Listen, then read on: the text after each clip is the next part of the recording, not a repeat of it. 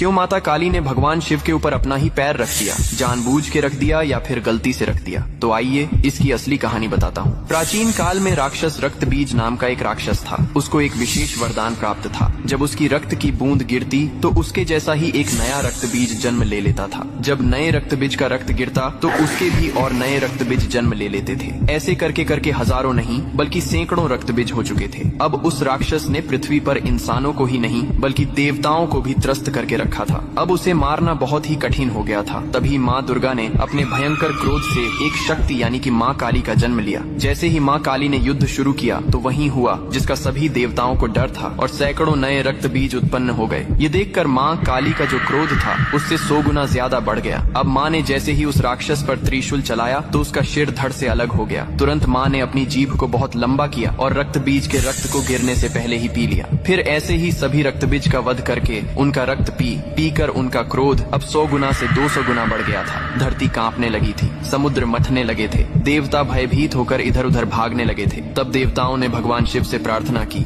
हे महादेव, आप ही माता काली के संताप को शांत कर सकते हैं। शिव ने देवताओं की पुकार सुनी और माँ काली के सामने युद्ध भूमि में पहुंच गए। लेकिन माँ अपने तांडव में इतनी लीन थीं कि उन्होंने शिव को भी नहीं देखा। तभी भगवान शिव ने स्वयं माता के चरणों में लेट गए। जैसे ही माँ काली का पैर अनजाने में शिव के सीने पर पड़ा, तुरंत उनका क्रोध शांत हो गया। उन्होंने नीचे देखा तो अपने प्रिय पति शिव थे। यह देखकर उनकी जीभ शर्मिंदगी से बाहर निकल आई। इसके बाद शिव ने मुस्कुराते हुए कहा, हे माँ, तुम्हारा यह रूप सृष्टि के संतुलन के लिए था, लेकिन यह रूप अब धरती पर बहुत धाम से पूजा जाएगा। यही कारण है कि तस्वीर में और मूर्तियों में माँ काली को शिवजी पर खड़े हुए दिखाया जाता है, जो बहुत ही